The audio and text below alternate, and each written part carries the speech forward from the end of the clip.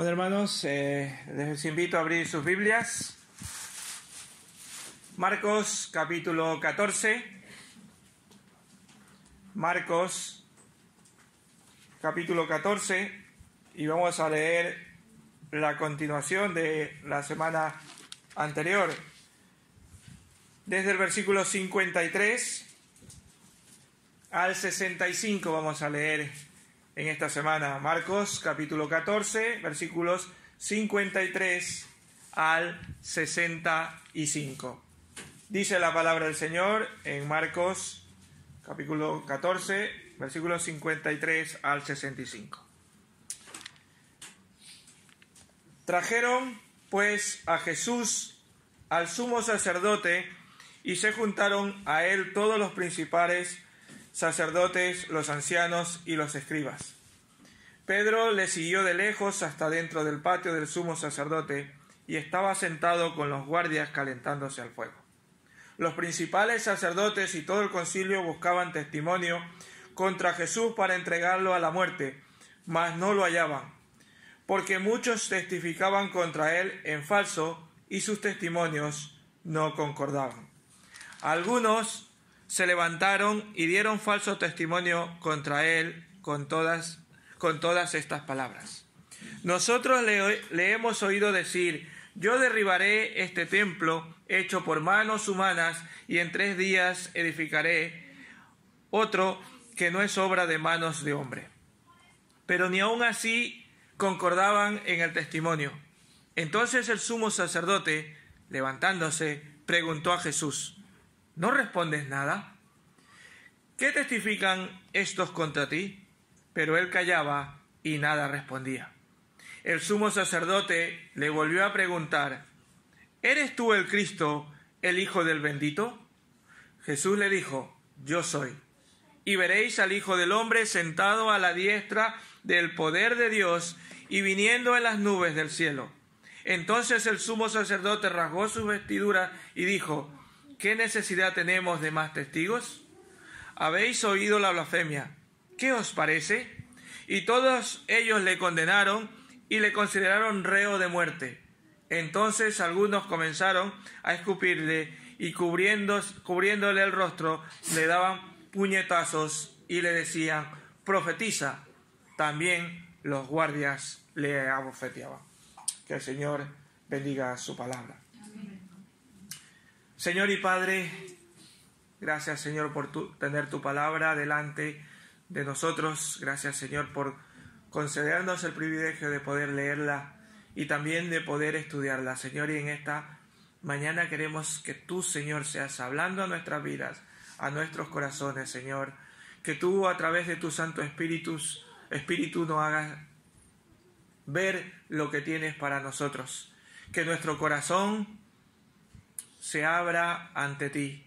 Oh Padre, ayúdanos, dirígenos, Señor, en esta mañana, y que tu palabra fluya en nuestras vidas y que nos haga ver lo que cada día nos quieres enseñar.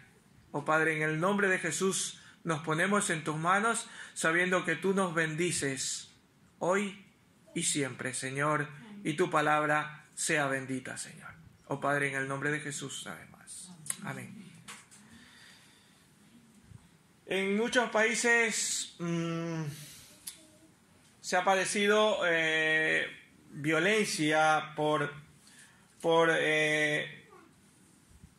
muchas maneras, pero una quizás de muchos años ha sido, creo que la peor de las formas, que es la sufrida por la justicia que no hace justicia, ¿verdad? Y eso nos suena de nuestros países, donde la mayoría de donde provenimos, ¿verdad?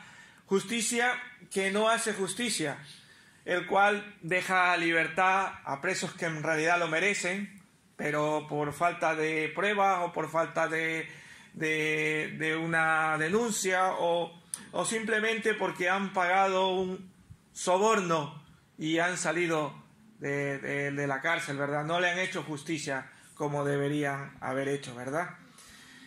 Y los que hacen justicia también a veces, como hemos dicho, se dejan sobornar. ¿Por qué? Porque se corrompen por el amor al dinero. Muchas personas de altos cargos se dejan corromper por el amor al dinero. Y eso nos suena también, no de muy lejos. Si escuchamos las noticias, ahora no hace mucho, hemos escuchado un caso de corrupción, bueno, varios, pero uno en concreto, el del ministro Ábalos, ¿verdad? Teniendo algunas cosas y todo ese trama que tenían allí, ¿verdad? No, nosotros no somos llamados a juzgar, pero sí podemos decir que eran casos de corrupción, ¿verdad? Y muchos que se han mencionado antes y se siguen mencionando por medio de las noticias, ¿verdad? Y los vemos últimamente. Juicios que se tendrán que llegar a cumplir. Ya no sabemos en qué va a quedar estos juicios, si en realidad se va a hacer justicia por todas estas cosas. Juicios, pero nosotros en esta mañana vamos a ver algo peor que padeció el Señor Jesús. El mismo Hijo de Dios que nunca había pecado. En este caso, estas personas sí que van a ser juzgadas o han sido juzgados por pecados, por corrupciones que han cometido, pero el Señor Jesús en este momento va a tener, los versículos que hemos leído, va a tener un juicio por algo que Él no ha cometido, que nunca cometió pecado, no cometió ningún crimen, pero fue sometido, podríamos decir, a un juicio injusto. Pero bueno, algunos me pueden decir, pero si eso ya estaba destinado por Dios que tenía que pasar. Sí, eso es verdad. Pero eso no excusa a quienes amañaron, podríamos decir, el juicio que le hicieron al Señor Jesús, ya que le hicieron un juicio amañado y voluntario a nuestro Señor y Salvador, y obstinadamente hicieron lo malo, porque pudieron haberse ido dando cuenta por el camino, pero no, obstinadamente hicieron lo malo, a pesar de conocer perfectamente la inocencia de nuestro Señor y Salvador. Así que vamos a entrar un poco en el contexto, ¿dónde estamos? ¿En dónde nos habíamos quedado? ¿Dónde nos habíamos quedado? ¿Verdad? ¿Dónde nos hemos quedado? En que el Señor fue apresado y fue llevado ante el sumo sacerdote, ¿verdad? Después de que Jesús fuera arrestado, desde que Judas le entregó, ¿verdad?, con un beso a su maestro, fue llevado y enseguida dice que va a comenzar un juicio. Y Marcos aquí nos va a detallar que fue juzgado primeramente por las autoridades judías y después posteriormente veremos más adelante que va a ser juzgado también por las romanas. Pero ¿por qué esta razón de doble proceso? ¿Verdad? ¿Por qué esta circunstancia de tener que juzgarlo dos veces? Primero por las judías y después por las romanas. Quizás encontramos porque el Sanedrín, estas personas, este tribunal del pueblo judío, quería aplicar la pena de muerte al Señor Jesús, pero ellos no podían hacerlo. Su autoridad no llegaba hasta ese lugar. Ellos no podían aplicar la pena de muerte, porque ellos eran ocupados, estaban siendo gobernados por un gobierno, que era el gobierno romano, y esa autoridad de poder quitar la vida solo la podían hacer los romanos. Ellos no podían, no tenían esa autoridad. Y por esta causa fue necesario primero ser juzgado por los judíos y después poderlo remitir a Pilato, que era el gobernador de este sitio, para que confirmara y ejecutara la sentencia que ellos querían hacerle. Así que esta situación fue determinante a la hora de hacer la acusación contra Jesús. Los judíos sabían que si ellos llevaban ante Pilato para que le condenaran de muerte a una persona, no iban a llevarlo porque él no guardaba el día de reposo, o porque no guardaba las tradiciones, o porque tuviera puntos de vista diferentes con ellos, porque eso decía, eso es de vuestra comunidad, eso es de vuestra religión. Nosotros como gobierno no podemos actuar eso. Entonces ellos sabían que de esa manera tenían que juzgarlo llevando algo concreto ante Pilato.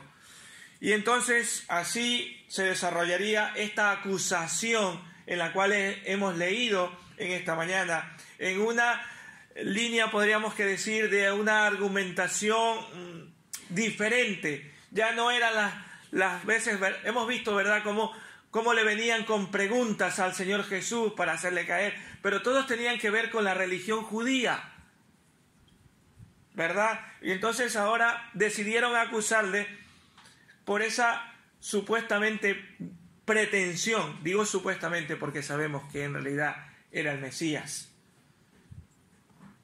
Algo que Jesús, como vemos en los versículos, no tardó en confirmarles. Pero como hemos puesto el tema en esta mañana, que se llama los procedimientos del consejo, el procedimiento del consejo nos hace entender que Jesús estaba en manos de jueces corruptos. Y eso nos suena, ¿verdad?, en estos tiempos. Jueces corruptos. La corte del Sanedrín no debía ser como cualquier tribunal de justicia del mundo. No debería ser así, pero lo era. Pues era un tribunal puesto por Dios para cuidar de su pueblo y juzgar de acuerdo a la ley de Dios.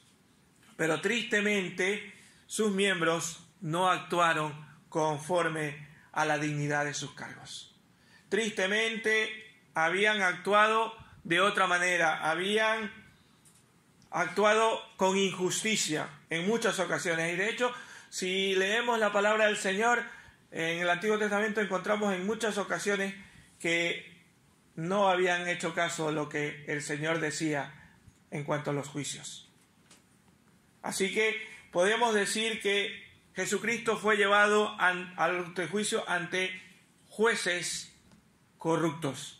Jueces corruptos que, como hemos dicho, aunque debían juzgar rectamente, no lo eran. Estos, entre comillas, honorables miembros del concilio o administradores de justicia tenían el llamado a hacer justicia rectamente, pero no lo hicieron. No lo hicieron. Es más, algunos de ellos ya habían mostrado su aversión contra Jesús, ¿verdad? Ya habían mostrado su hostilidad contra Jesús, ¿verdad? Si recordamos capítulos anteriores, vemos como en muchas ocasiones han ido contra Jesús para acusarle, para hacerle caer, para que él diga alguna cosa que esté en contra de la ley de Dios. Ellos participaron, podríamos decir, en una farsa y no habían sido llamados ellos para participar en farsa. Ellos eran llamados para juzgar rectamente, pero eran corruptos. El llamado de Dios para la administración de justicia era claro. Debían hacerlo en el temor de Dios en sus corazones. Debían hacerlo sin parcialidad ninguna, sin someterse a ningún soborno ni participar de maldad alguna. Pero no lo habían hecho. Eran llamados a conocer perfectamente la ley de Dios y de hecho la conocían. Eran personas estudiosas de la palabra del Señor. Pero el problema era la interpretación o la interpretación que ellos querían darle. Y como he dicho antes, no fueron pocos los que olvidaron ese llamado. ¿Por qué? Porque no creían en lo que había dicho el Señor, no creían en su palabra. La doctrina de estas personas eran doctrinas equivocadas, sus enseñanzas eran dañinas, eran corrompidas, por lo cual el Señor Jesús, de hecho, en muchas ocasiones o en algunas ocasiones le había dicho a sus discípulos que tuvieran cuidado con las enseñanzas de estas personas, ¿verdad? Marcos 8:15 nos hace ver que les dice la advertencia del Señor Jesús, tener cuidado con la enseñanza de estas personas. Quienes habían sido puestos por Dios para administrar no creían la palabra del Señor. Debían juzgar de acuerdo a la palabra de Dios, pero ¿cómo iban a juzgar de acuerdo a la palabra de Dios si no creían en su palabra? Y esto también nos hace ver a nosotros y decir, ¿estoy creyendo en lo que dice la palabra del Señor? ¿Estoy creyendo en que la palabra del Señor es verdadera? ¿O estamos dudando o no estamos creyendo de la palabra del Señor? Tengamos cuidado, que nos podemos llegar a desviar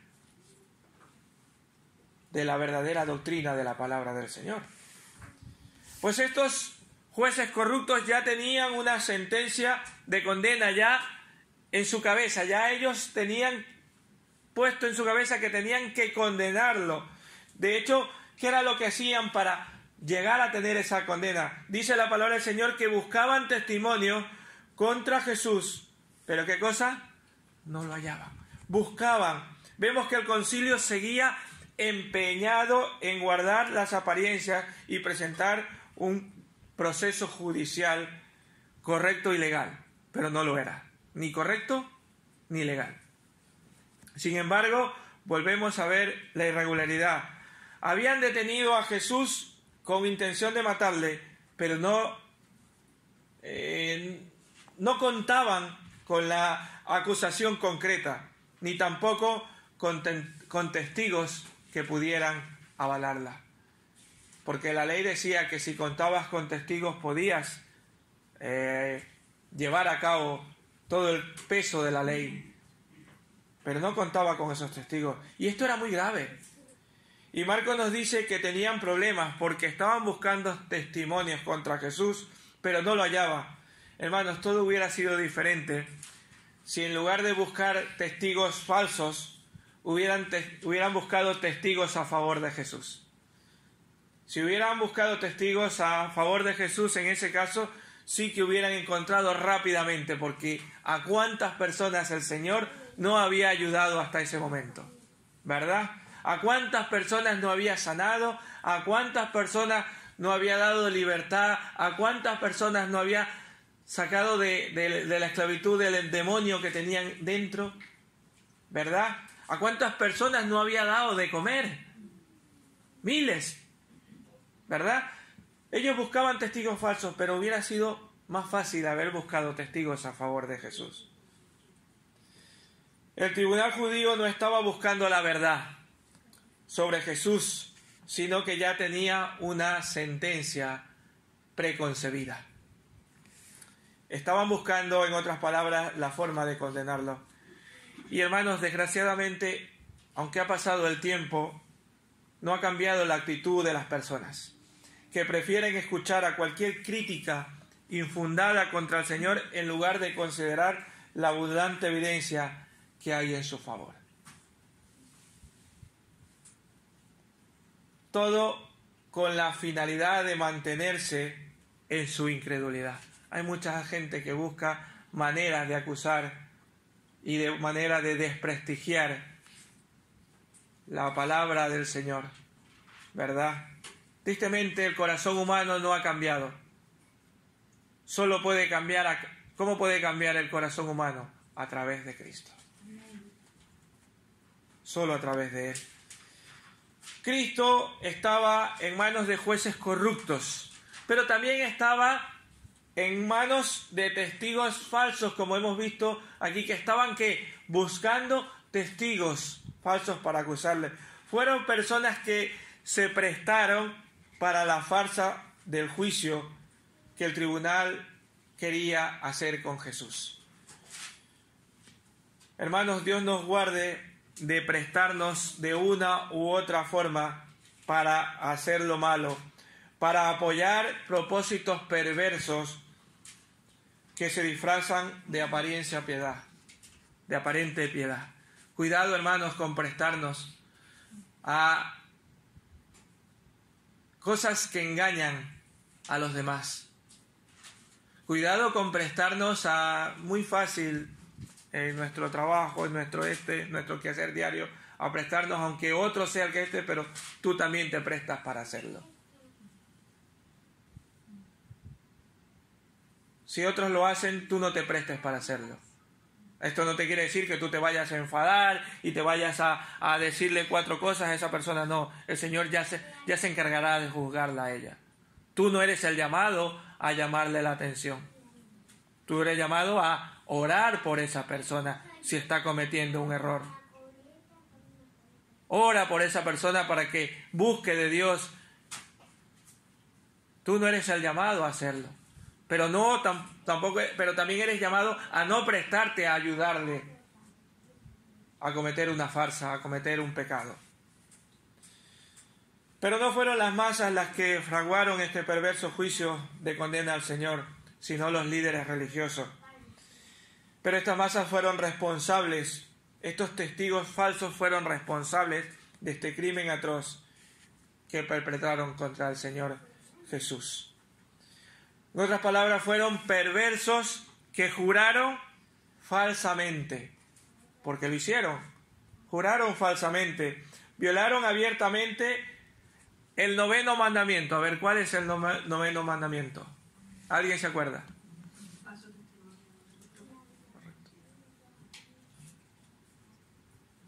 Se atreven a decir delante de Dios algo que era totalmente falso. La gente se prestó a las intenciones del concilio. Se prestó, probablemente, no lo sabemos, no lo dice la palabra del Señor. Así que no lo puedo confirmar. Lo que no dice la palabra del Señor, no podemos confirmarlo. Pero probablemente hicieron como Judas. Recibieron dinero. Probablemente recibieron dinero para lanzar estas acusaciones falsas contra Jesús. De modo que no tuvieran excusa alguna para condenarlo a muerte. De Judas sí sabemos que él sí que recibió dinero, ¿verdad? De estos testigos no lo sabemos, pero probablemente así lo hicieron. Hay gente que se especializa en decir verdades a medias, en cambiar el sentido de una declaración o información, en decir cosas que son verdades a medias o tergiversan la verdad a su acomodo. Y ojo, hermanos, ojo con esto de verdades a medias. Eso se llama mentira. Y la mentira, desde todo el punto de vista, es pecado. No hay mentiras piadosas. No hay mentiras grises, como le llaman, blancas. Mentiras son mentiras. Y el Señor Jesús detesta la mentira. Nuestro Dios detesta la mentira. Por eso en Efesios nos los advierte. Efesios capítulo 2, versículo 45 dice: desechando la mentira, hablad verdad, cada uno con su prójimo, porque somos miembros los unos de los otros. Lo dice la palabra del Señor, desechando la mentira. Y estas personas decían mentiras. Y cuidado con nosotros también decir verdades a medias. Verdades a nuestro parecer. Porque esta gente tergiversó las palabras de Cristo. En los versículos 57 al 59 nos habla de que tergiversaron, que usaron mal lo que dijo el Señor, ¿verdad? Que Él había dicho que iba a derribar, ¿qué cosa? El templo, y que en 3 días lo construiría. Y eso no fue lo que dijo el Señor. Porque Él no estaba hablando del templo físico. ¿De qué estaba hablando? Estaba hablando de sí mismo. Tergiversaron sus palabras. Y hoy más de uno se convierte en testigo falso al tergiversar la palabra del Señor, la palabra de Dios. usarla a su acomodo para sus propósitos egoístas, que nada tiene que ser con la verdad revelada por Dios en su palabra. Por eso hay que tener mucha sabiduría cuando interpretamos la palabra del Señor. Hay que pedirle al Señor mucha sabiduría cuando interpretamos la palabra del Señor, porque nos podemos equivocar. Yo le pido al Señor, por favor, Señor, ayúdame, y por lo menos cada vez que me pongo aquí delante, Señor, no quiero decir nada que no esté de acuerdo a tu voluntad. No quiero decir nada que no diga en tu palabra. No quiero interpretarla. Señor, ayúdame a no interpretarla mal.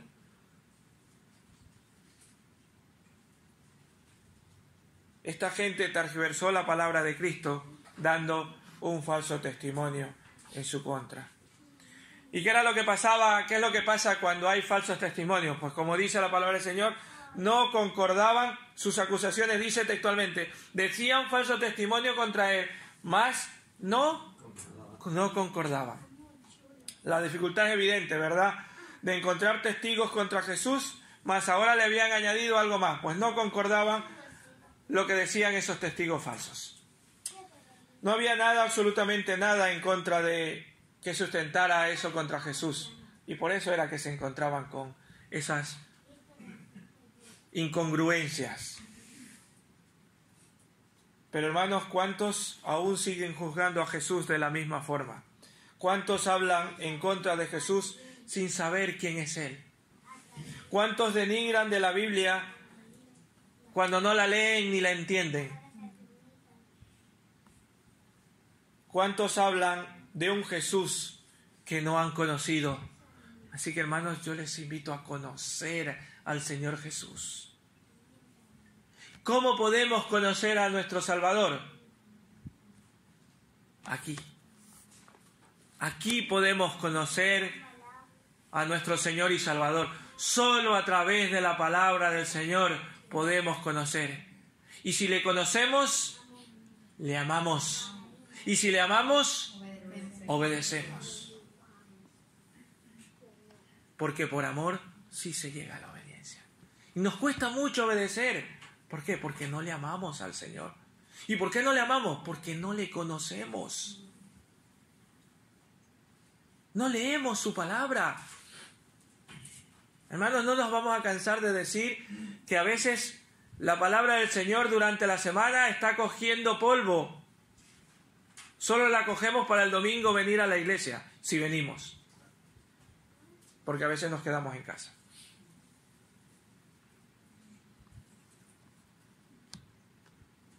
¿Has conocido tú de Cristo? ¿Qué testimonio estás dando? ¿O qué testimonio puedes dar tú de Él? Somos llamados a conocerle, pero también ¿a qué cosa? A dar testimonio de que Cristo mora en nuestras vidas. No testimonios falsos, sino testimonios verdaderos, que verdaderamente Cristo vive en ti. ¿Qué testimonio estás dando a tus compañeros, a tus amigos? ¿Estás diciendo que verdaderamente tú eres hijo, hija de Dios? ¿O te enfadas por cualquier cosa? Y ya no le hablas a tu compañero de trabajo. ¿Qué testimonio le estás dando? Testimonio de amor es lo que nos manda el Señor. De hecho, más adelante vamos a ver cómo el Señor Jesús nos deja un ejemplo bueno, muy bueno. Más adelante, no les quiero hacer spoiler todavía. Dentro de este relato que estamos analizando, que estamos estudiando, hay un versículo que lo hemos pasado un poco desapercibido, el versículo 54. ¿Alguien lo lee, por favor, el versículo 54? Y si Pedro le siguió de lejos, hasta dentro del patio del sumo sacerdote. Vale, gracias. Sigue, por favor, termina. Y estaba sentado con los alguaciles, calentándose al fuego. Gracias. Pedro le siguió y le dice que hasta dentro del patio del sumo sacerdote. Este es un detalle que no sé por qué el evangelista lo pone allí, pero creo que es que nos sirve para prepararnos para la siguiente escena, que es cuando el apóstol le niega. Y eso no vamos a tratar ahora, porque de hecho es lo que sigue la semana que viene, lo que lo tratará Kevin la próxima semana, la negación de Pedro. Pero Marcos nos hace ahí como un paréntesis, ¿verdad? Y nos hace ver de que Pedro está allí siguiéndole. Que prometió dar la vida por el Señor, que intentó hasta infructuosamente de sacar la espada y querer exactamente matar, o en este caso le cortó la oreja a un criado del sumo sacerdote, ¿verdad? Pues ahora está siguiéndolo al Señor. No sabemos las razones, por curiosidad, porque él había prometido, en fin, es evidente que él corría un peligro, ¿verdad? No sabemos por qué estaba allí. A lo mejor la semana que viene Kevin nos desvelará algo o nos querrá decir algo sobre esto. Pero por seguridad sabemos que no estaba bien, ¿verdad? Porque corría peligro allí en medio de de hecho, dice algo interesante. Se mezcla entre la gente y está calentándose allí, mezclándose con compañías un poco peligrosas, ¿verdad? Con compañías peligrosas que a la final ya sabemos lo que llega a ser, ¿verdad? Pero bueno, eso después. Yo no quiero adelantarme. Pero lo que sí quiero hacer es ver que a veces, y la semana pasada lo dijimos, que cuando tenemos malas compañías, ¿verdad? Que hablamos de las malas compañías. Pues esta puede ser una de las formas que él lo llevó, el tener esas malas compañías, lo llevó a hacer lo que hizo. Así que tengamos cuidado. Recordemos lo que dijimos, ¿verdad?, la semana anterior sobre las malas compañías que nos pueden llegar a hacer desviar del camino. Bien, retomando otra vez, yo quiero hacer igual que Marcos, allí hizo un pequeño paréntesis en el versículo 54, pero vamos a retomar al Señor Jesús. ¿Dónde está? Está haciéndose un juicio con unos jueces corruptos, ¿verdad?, con falsos testigos que no concuerdan con lo que están diciendo. Pero ¿qué pasa con el Señor Jesús? ¿Qué hace Él? ¿Qué hace el Señor Jesús allí en medio de esto? Nada. Calla. No se defiende. No se defiende. Y el sumo sacerdote le pregunta, ¿no respondes nada? ¿No respondes nada? Mientras el Sanedrín buscaba la forma de acusar a Jesús, ¿qué cosa hacía él? Él callaba. Porque el Señor tantas veces había silenciado a sus oponentes, ahora guardaba silencio. Tantas veces había respondido, pero ahora guardaba silencio. Quizás una de las razones es porque él sabía que se hallaba en un proceso ilegal y él participar quizás hubiera hacerlo legítimo, algo que no era bien. O tal vez, por otro lado, tal vez porque el acusado no quería poner más testimonios delante de los demás, de esos falsos testigos. O porque no tenía ninguna utilidad el intentar explicar las cosas por detalle. Ya lo sabían. Porque en realidad esta gente no buscaba razones ni buscaba respuestas. En realidad ellos ya tenían en su mente algo que querían hacer. Y no iban a entender razones. Por más que el Señor Jesús le hubiera contestado algo, ellos iban a cambiar de parecer. Y algo muy importante, y esto sí creo que el Señor Jesús cayó, porque no debemos olvidar que Él había aceptado beber de esa amarga copa que su Padre le había dado, ¿verdad? Solo horas antes había orado y decir, pase de mí esta copa, pero no se haga mi voluntad, sino la tuya. Él había aceptado, ¿qué cosa? La voluntad de Dios. Él había aceptado la voluntad de Dios. Y a veces nosotros nos cuesta aceptar la voluntad de Dios. Y queremos defendernos y queremos de alguna manera salir airoso. Qué gran ejemplo de nuestro Señor y Salvador. Y también porque así se estaba cumpliendo las Escrituras. Isaías 53:7 nos dice: angustiado él y afligido, no abrió su boca, como cordero fue llevado al matadero, y como oveja delante de sus criadores, enmudeció y no abrió su boca. Cuando más tarde fue juzgado por Pilato, mantuvo la misma actitud de mantener esa actitud de silencio, de callar. ¿Y saben que eso dejó maravillado al gobernador romano? Esa actitud de callar le dejó maravillado al gobernador romano.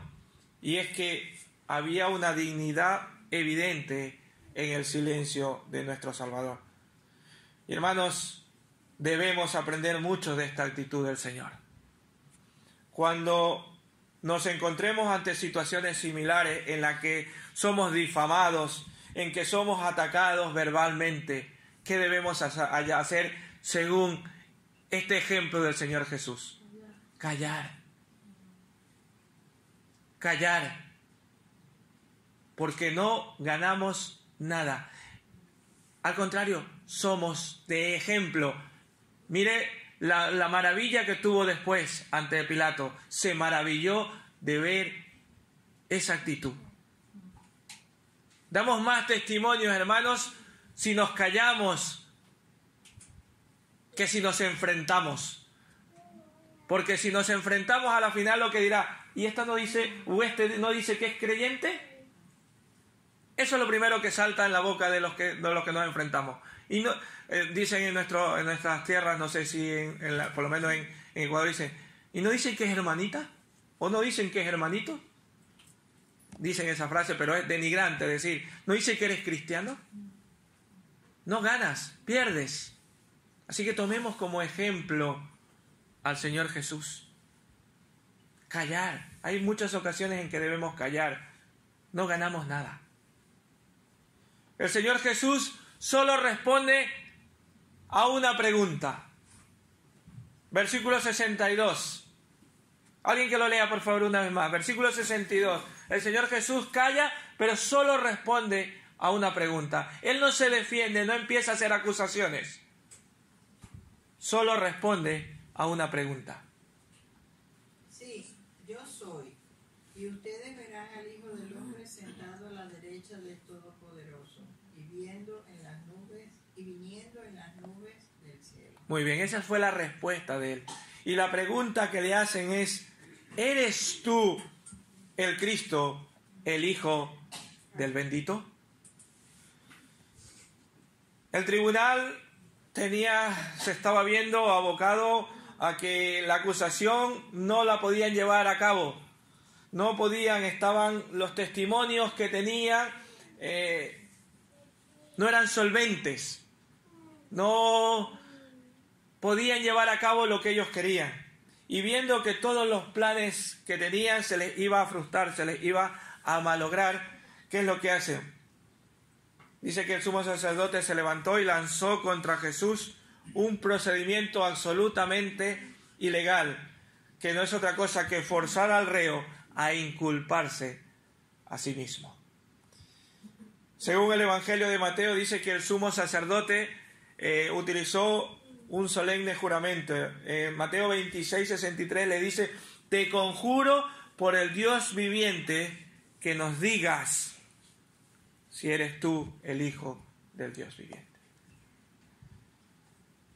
Ante esto, Cristo está obligado a responder ante esta pregunta ya. Las intenciones del sumo sacerdote sabemos que no eran las correctas, ¿verdad? Él se lanza a hacer esta pregunta, pero no eran correctas las intenciones que él tenía en el corazón. Y a veces cuánta soberbia se disfraza de humildad, ¿verdad? Y a veces el victimario se convierte en víctima. Y algo similar pasó con esta pregunta del sumo sacerdote: ¿eres tú, Cristo, el Hijo del bendito? Y Jesús le contesta, y le contesta afirmativamente: yo soy. Jesús rompió por fin su silencio para hacer una declaración oficial ante el Sanedrín. Y el máximo órgano que tenía el pueblo judío. Y el Señor Jesús con esto les facilitó la declaración que necesitaban para condenarlo. De otro modo, le hubiera sido imposible hacerlo. El tribunal hubiera tenido grandes, pero grandes dificultades para poder hacerlo. Pero él había venido para cumplir la voluntad de su Padre y había sido encomendado para su Padre, y con esto seguía demostrando su determinación de ir hacia la cruz, su determinación, su amor por la humanidad, su amor por ti y por mí. Ahora Jesús muestra con esta frase ya no ironía, como lo había hecho, ni malas intenciones, como la pregunta que le había hecho el sumo sacerdote. Él ahora contesta con tranquilidad. No hay irrespeto, no hay gritos. En su respuesta ahora hay mansedumbre a la pregunta directa que le habían hecho. Qué gran ejemplo a seguir de nuestro Señor Jesús. ¿Y cuánto nos cuesta, verdad, seguir el ejemplo de nuestro Salvador? ¿Cuánto nos cuesta? Pero el Señor Jesús es Dios. Y sabemos que Él siempre tiene una respuesta adecuada.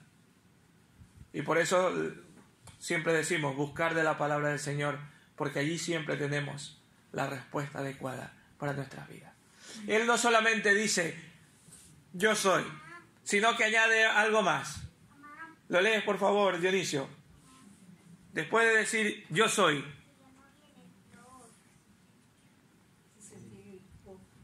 Sí, veréis al Hijo del Hombre sentado a la diestra del poder de Dios, viniendo en las nubes del cielo.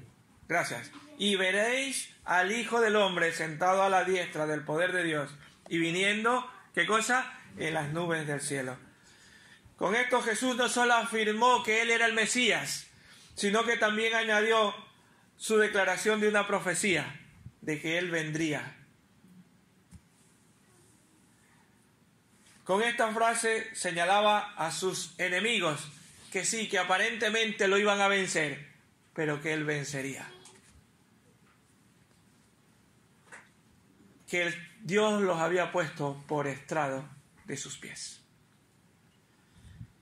Que no se saldrían, o aparentemente se saldrían con la suya en esos momentos, pero que aunque tuvieran el juicio arreglado, aunque tuvieran el juicio amañado, sería Dios mismo quien tomaría cartas en el asunto y Él hará justicia. Y hermanos, no quiero dejar pasar esta oportunidad para recordarles que el Señor nos dice, Romanos 12:9 dice, no os venguéis vosotros mismos, amados míos, sino dejar lugar a la ira de Dios, porque escrito está, mía es la venganza, yo pagaré, dice el Señor. El Señor Jesús podía haber tomado allí y haberlos fulminado a todos, pero no lo hizo. Y nos dice a nosotros, qué gran ejemplo, y nos vuelve a decir en su palabra, Pablo a los romanos le dice, que el Señor Jesús dice, mía es la venganza. Nosotros no somos llamados a tomarnos la venganza. Y eso nos cuesta mucho, ¿verdad? ¿Cuántas veces nos dicen algo y saltamos y queremos irle y decir 4 cosas a la otra persona? Mía es la venganza, dice el Señor. Hay de aquellos que no se someten a Cristo, que no confían realmente en Él para su salvación, que no han recibido el perdón ni han experimentado el cambio en sus vidas. Tendrán que enfrentarse ante esa ira santa de Dios cuando Él venga por segunda vez. Hermanos, para terminar este último punto que queremos ver a través de este pasaje que el Señor nos ha permitido estudiar, vemos que este consejo ha pasado por falsos testimonios, buscándole hasta que le hacen una pregunta, el Señor contesta. Ellos dictan podemos llamarle veredicto del consejo, que a pesar de no haber dicho nada malo, es acusado de ¿qué cosa? De blasfemia. Si vemos qué es lo que hace el sumo sacerdote, se rasga las vestiduras y dice: ¿habéis escuchado? ¿No es esto una blasfemia? Pero no era ninguna blasfemia, no había blasfemado. Ellos dictan una sentencia que no era la correcta, pero para satisfacción, podríamos decir, de este sumo sacerdote, el Señor declaró que Jesús, que Él era el Mesías. Por fin tenían la acusación para presentarla ante Pilato y poder conseguir ¿qué cosa? La muerte del Señor Jesús. Hermanos, vemos lo que pasa aquí en estos versículos últimos que hemos leído. Que no solamente Él se rasga las vestiduras, lo acusa de blasfemia, sino que, ¿qué pasa? Empiezan a golpearlo, empiezan a abofetearlo. El resto del concilio presenta puede decir, un veredicto también, y cuando a este reo le hacen culpable, ¿qué es lo primero que hacen? Es abofetearle y golpearle. Todos los presentes lo condenaron, declararon que Jesús era digno de muerte. Pero hermanos, quiero concluir en esta mañana diciendo que Jesús padeció un juicio injusto por parte de sus enemigos. Padeció de jueces corruptos llenos de envidia que procuraron matarlo, que usaron testigos falsos, perversos, que llegaron a mentir y a tergiversar su palabra. Hermanos, Cristo nos ha librado de nuestras injusticias para que ahora vivamos en la justicia eterna. Para que defendamos lo que es justo, lo que es correcto y lo que es agradable a Dios. Y que tomemos como ejemplo a nuestro gran Salvador. Nuestra familia, nuestros compañeros de estudio, nuestros compañeros de trabajo, nuestros vecinos, ven en nosotros una vida transformada por la verdad de Cristo. Yo no lo sé, pero espero que sí. Que podamos decir, no solamente con nuestra boca, sino con nuestros hechos, que Cristo vive en nosotros. Amén. Que somos amantes de la verdad y que no nos prestamos para distorsionar su palabra o para hablar mal de los demás, sino para hablar bien y lo verdadero. ¿Quién venció en este juicio injusto? Aparentemente los jueces estos, ¿verdad? El concilio, el consejo, aparentemente lo venció. Aparentemente se salieron con la suya los enemigos de Jesús porque lo condenaron a muerte. Sabemos que él fue condenado a muerte. Lo ultrajaron, le dieron puñetazos, lo abofetearon, lo insultaron. Pero Dios estaba con él. La providencia de Dios estaba ejecutando su decreto eterno para que tú y yo podamos ser salvos. Jesús no se defendió. ¿Para qué cosa? Para defenderte a ti y para defenderme a mí. Y para defender a todo aquel que cree en Él para salvación. Su sangre fue derramada en ese madero para que nosotros podamos ser salvos. Pero no llegamos a visualizar o no llegamos a darnos cuenta en realidad cuánto fue ese sufrimiento. Y es que nos suele pasar que no nos damos cuenta hasta que lo vivimos. Pónganse un segundo en todo eso que tuvo que pasar el Señor Jesús. Nosotros a veces no aguantamos ni que nos digan algo. Y el Señor Jesús tuvo que aguantar acusaciones injustas. Y después que lo bofeteen, y después que lo golpeen, que le cubran su cara y que le den puñetazos. Y esto es solo el principio. Todavía hay más. A veces no nos damos cuenta de cuánto amor hay de parte de Dios para nuestras vidas. Hermanos, porque si nos diéramos cuenta, le amaríamos. Le amaríamos más que a nuestras vidas.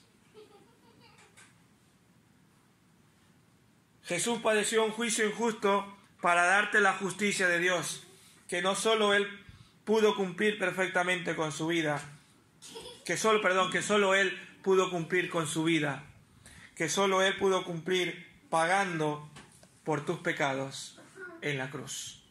Que el Señor les bendiga en esta mañana y les haga reflexionar y que me haga reflexionar en ese amor profundo de nuestro Señor Jesús, en ese ejemplo de nuestro Señor y Salvador, y que podamos en nuestras vidas cada día acordarnos de ese ejemplo y ponerlo en práctica y poder leer su palabra cada día y poder recordar lo que Dios tiene para nosotros en sus promesas y también en lo que Él nos manda para que cada día podamos ir en el camino que Dios tiene preparado para nosotros. Que Dios les bendiga en esta mañana.